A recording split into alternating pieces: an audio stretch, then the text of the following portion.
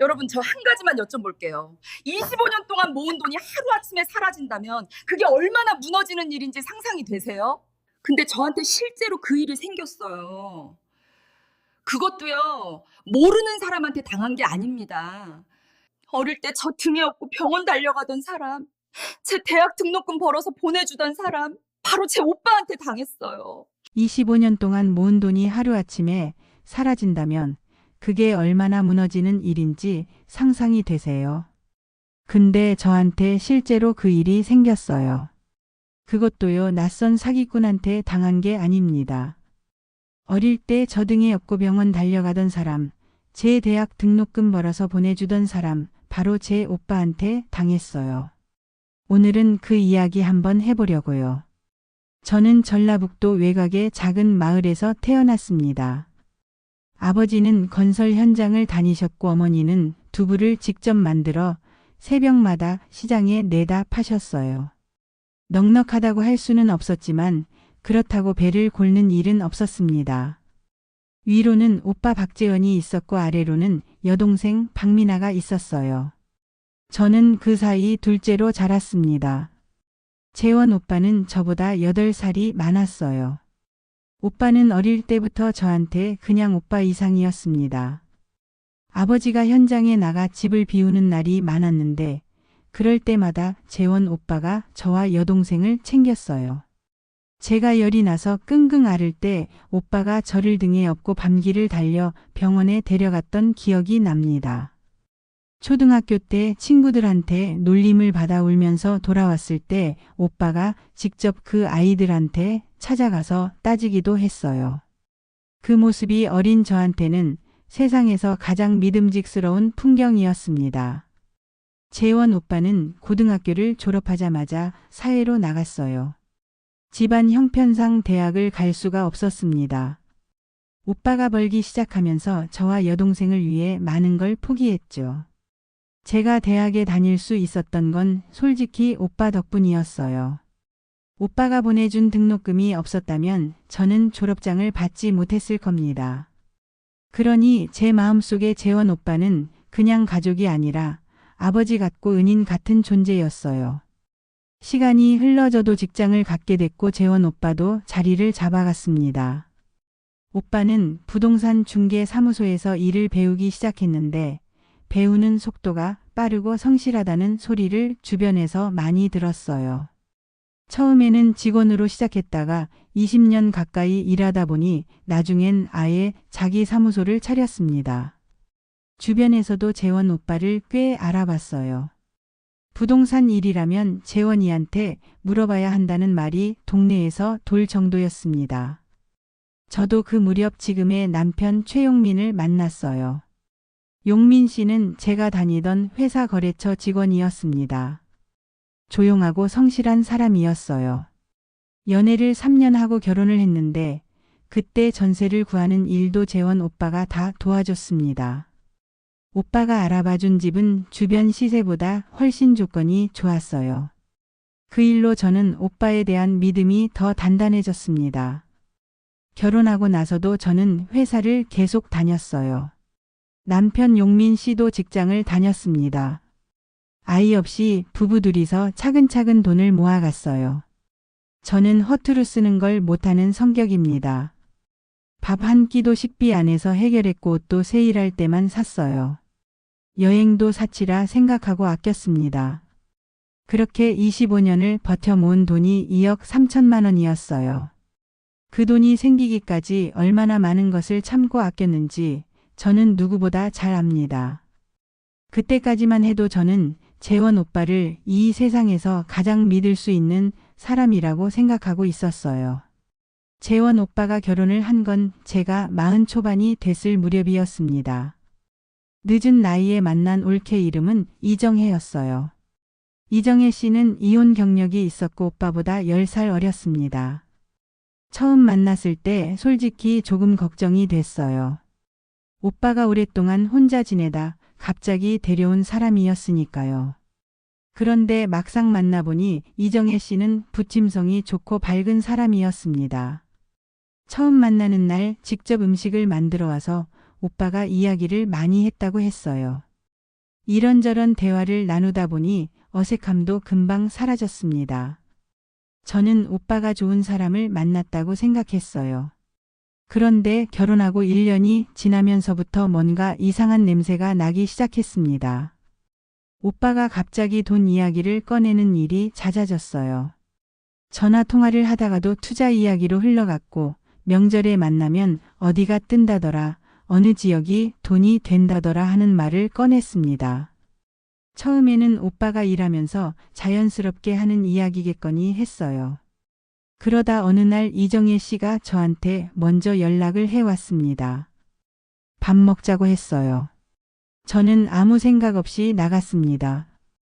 그날 이정혜 씨는 조심스럽게 이야기를 꺼냈어요. 형님, 요즘 힘들게 모으신 돈 어떻게 관리하고 계세요? 그냥 은행에 넣어두시면 너무 아깝지 않아요? 저는 별 생각 없이 정기 예금이랑 적금으로 나눠뒀다고 했습니다. 이정혜 씨가 말을 이었어요. 재원 씨가 진짜 좋은 물건 하나 봐두고 있는데 이건 가족한테만 귀띔해 드리는 거거든요. 형님한테는 꼭 말씀드려야 할 것 같아서 연락드렸어요. 그 말을 들었을 때 저는 솔직히 기분이 좋았습니다. 가족이라서 먼저 알려준다는 말이 믿음직스럽게 느껴졌으니까요. 그렇지만 저는 신중한 편이라 그 자리에서 바로 결정을 하지는 않았어요. 그 후로 이정혜 씨는 한 달에 한 번꼴로 저한테 연락을 해왔습니다. 처음엔 그냥 밥 먹자는 연락이었다가 만날 때마다 재원 씨가 좋은 투자처를 찾았다는 이야기로 흘러가는 패턴이 반복됐어요. 그럴 때마다 재원 오빠도 옆에서 거들었습니다. 그렇게 몇 달 동안 이야기를 들으면서 저도 점점 귀가 열리기 시작했어요. 은행 금리는 너무 낮았고 물가는 오르는데 돈이 제자리만 맴돈다는 게 답답하기도 했거든요. 남편 용민 씨는 처음부터 조심스러운 입장이었습니다. 오빠가 부동산 오래 했다고 해도 우리 돈은 우리 노후잖아. 섣불리 움직이다 잘못되면 어떡해. 저도 그 말이 맞다고 생각했어요. 그래서 오빠에게 좀 더 구체적인 내용을 알려달라고 했습니다. 오빠는 드디어 자세한 이야기를 꺼내기 시작했어요. 재원 오빠가 이야기한 건 경기도 어느 신도시에 들어오는 상가 분양이었습니다.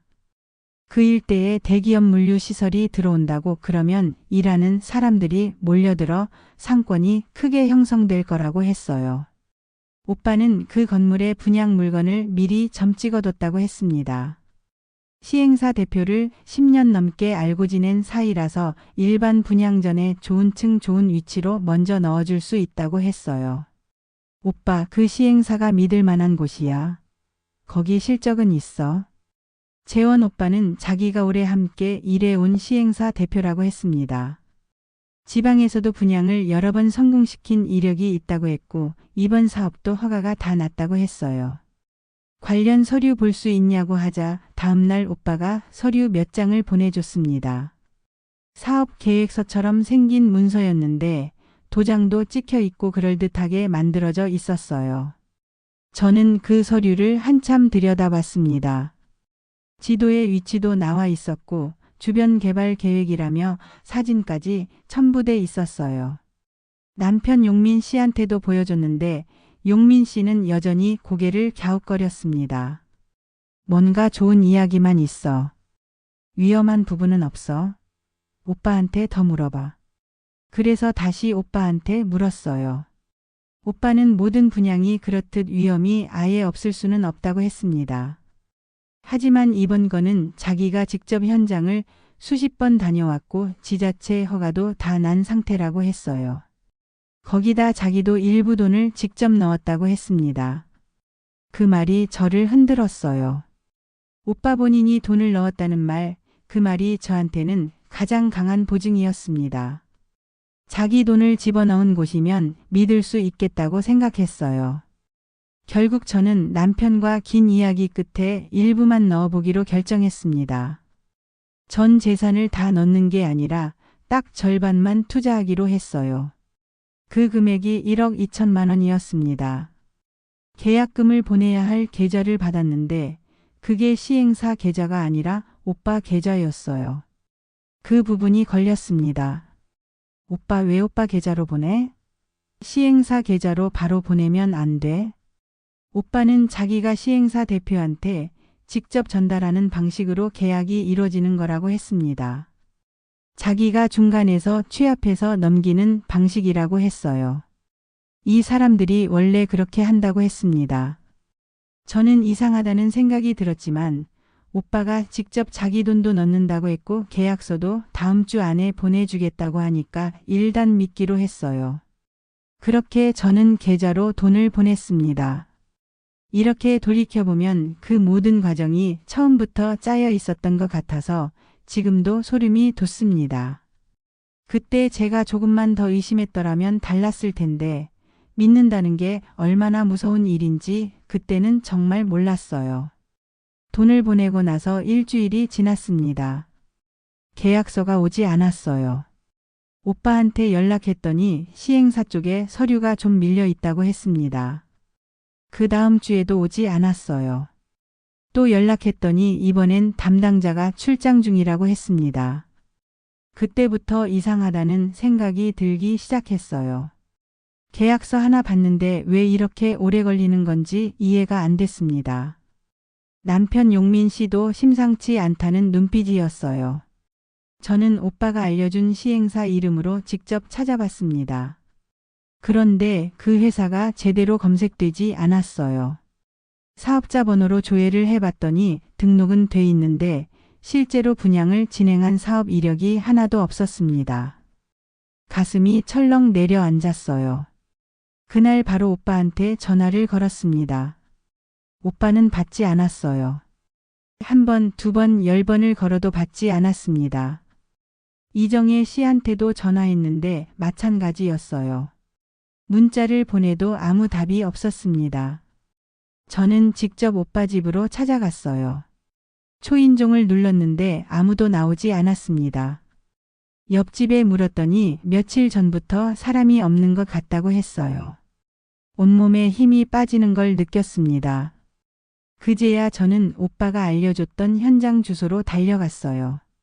차로 1시간이 넘게 걸리는 곳이었습니다. 그런데 그 자리에는 오빠가 설명했던 상가 부지가 없었어요. 잡초만 무성한 빈 땅이었습니다. 물류시설이 들어온다는 이야기도 사실이 아니었어요.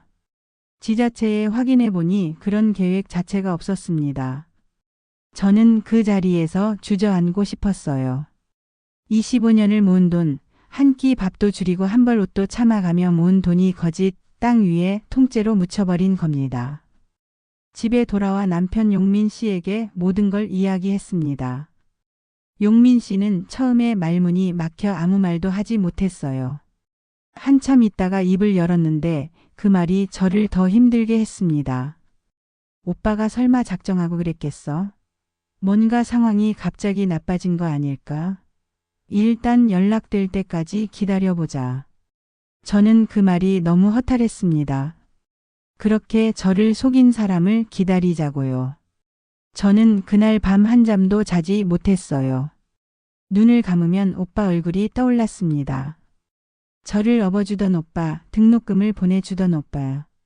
그 얼굴과 지금 연락을 끊어버린 오빠가 같은 사람이라는 게 도무지 믿기지 않았어요. 다음 날 저는 경찰서로 갔습니다. 사기죄로 고소장을 접수했어요. 오빠가 보내준 서류, 통장 이체 내역, 문자 내용을 전부 출력해서 들고 갔습니다. 그 후 오빠에게서 처음으로 문자가 왔어요. 장문이었습니다. 내용은 이랬어요. 순이야, 오빠가 너무 힘들었어. 이정의 사업이 완전히 망해서 여기저기 빚이 쌓였는데 막을 방법이 없었어. 내 돈 쓴 건 잘못이야. 근데 오빠가 꼭 갚을게. 제발 고소 취하해줘. 우리 가족 아니야? 저는 그 문자를 읽고 한동안 멍하니 있었습니다. 결국 이정혜 씨의 사업 빚을 막으려고 동생한테 사기를 친 거였어요. 처음부터 계획한 일이었다는 게 뻔히 보였습니다. 서류도 다 꾸며낸 것이었고 현장도 없는 곳이었고 시행사도 껍데기뿐이었어요. 이 모든 걸 꾸미는데 얼마나 많은 공을 들였을지 그게 더 소름 돋았습니다. 그 문자를 본 남편 용민 씨는 이번엔 달랐습니다. 조용히 제 손을 잡았어요. 그 손이 그날 유일하게 저를 붙잡아 줬습니다. 경찰 수사가 진행되면서 재원 오빠는 결국 수사를 피할 수 없게 됐습니다. 오빠는 변호사를 선임했고 이정혜 씨는 오빠가 본인 몰래 한 일이라고 선을 그었어요. 두 사람이 서로 책임을 미루는 꼴을 보면서 저는 진짜 가족이란 게 무엇인지 처음부터 다시 생각하게 됐습니다. 오빠는 중간에 한번 저를 찾아왔어요. 연락도 없이 갑자기 집 앞에 나타났습니다. 저는 문을 열어줬어요. 안 열어주면 더 찜찜할 것 같았거든요. 순이야, 오빠가 정말 잘못했어. 근데 우리 가족이잖아. 고소만 취하해주면 무슨 수를 써서라도 갚을게. 저는 오빠 얼굴을 오래 바라봤습니다.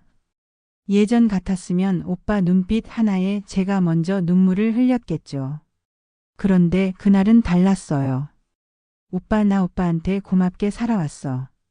등록금도 고마웠고 집 구할 때도 고마웠어. 근데 그게 오빠가 나한테 이래도 된다는 이유는 아니잖아. 이건 실수가 아니야. 처음부터 끝까지 계획한 거잖아. 나 이제 더 이상 못 봐줘. 오빠는 아무 말도 하지 못했습니다. 저는 문을 닫았어요. 재판 과정이 길었습니다. 기다리는 동안 저는 스스로를 다잡기 위해 많이 애썼어요. 처음엔 밥도 안 넘어갔어요. 밤마다 잠들지 못하고 내가 어디서 잘못한 건지 자책하기도 했습니다. 왜 그 계좌가 이상하다고 느꼈을 때 바로 멈추지 않았을까? 왜 계약서도 없이 돈을 보냈을까? 그런 생각이 머릿속에서 떠나지 않았어요. 그러던 어느 날 친한 친구 서연주가 찾아왔습니다. 서연주는 제가 오래전부터 알고 지내온 친구인데 사정을 듣고 한 걸음에 달려온 거였어요. 서연주는 아무 말도 안 하고 그냥 옆에 앉아 있었습니다. 한참 후에 서연주가 말했어요. 너 잘못한 거 없어. 믿은 게 잘못이 아니야. 잘못한 건 그 사람이야. 그 말이 저를 붙잡아 줬습니다. 맞아요. 저는 잘못이 없어요. 저는 그저 가족을 믿었을 뿐이에요. 그 믿음을 이용한 건 재원 오빠였습니다. 재판 결과 재원 오빠는 집행유예를 선고받았어요. 피해금 일부를 변제하겠다는 각서를 제출한 게 참작이 됐습니다. 실형을 받았는데 그렇게 되지 않아서 억울하기도 했어요. 법이 너무 가볍게 봐준다는 생각이 들었습니다. 돈은 조금씩 들어오기 시작했어요. 꼬박꼬박 들어오지는 않았지만 그래도 들어왔습니다. 아마 형사처벌이 두려워서라도 갚는 거겠지 싶었어요. 저는 이 일을 겪으면서 부동산 거래에 대해 제대로 공부하게 됐습니다. 아무리 믿을 수 있는 사람이라도 계약금은 반드시 집주인이나 시행사의 공식 계좌로만 보내야 한다는 것, 계약서를 먼저 확인하지 않고는 절대로 돈을 보내서는 안 된다는 것, 그리고 현장을 직접 눈으로 확인하고 지자체 인허가 여부를 반드시 체크해야 한다는 것을 배웠어요. 늦게 배운 거라 너무 비싼 수업료를 냈지만 앞으로 이런 일이 다시는 저한테도 여러분한테도 생기지 않으면 좋겠습니다. 재원 오빠랑은 이제 가족으로 지내지 않아요. 연락도 하지 않습니다. 오빠를 완전히 용서했냐고 물으신다면 아직은 아니라고 말씀드리겠습니다. 용서는 시간이 더 걸릴 것 같아요. 하지만 그 일이 저를 무너뜨리도록 내버려 두지는 않을 겁니다. 저한테 남은 것들이 있습니다. 남편 용민 씨가 있고 친구 서연주가 있고 제가 25년 동안 쌓아온 성실함이 있어요. 그 성실함은 아무도 가져가지 못합니다. 다시 차곡차곡 쌓아가면 됩니다. 그렇게 저는 오늘도 살아내고 있습니다. 여러분, 부동산 거래를 하실 때 아무리 믿을 수 있는 사람이라도 반드시 공식 서류를 먼저 확인하세요. 계약서 없이는 단 한 푼도 보내지 마세요. 가족이기 때문에 오히려 더 조심해야 할 때가 있습니다. 저는 그걸 너무 비싸게 배웠거든요. 지금까지 제 이야기를 들어주셔서 감사합니다. 여러분 모두 건강하시고 사랑하는 사람들과 오래오래 행복하게 지내시길 진심으로 바랍니다.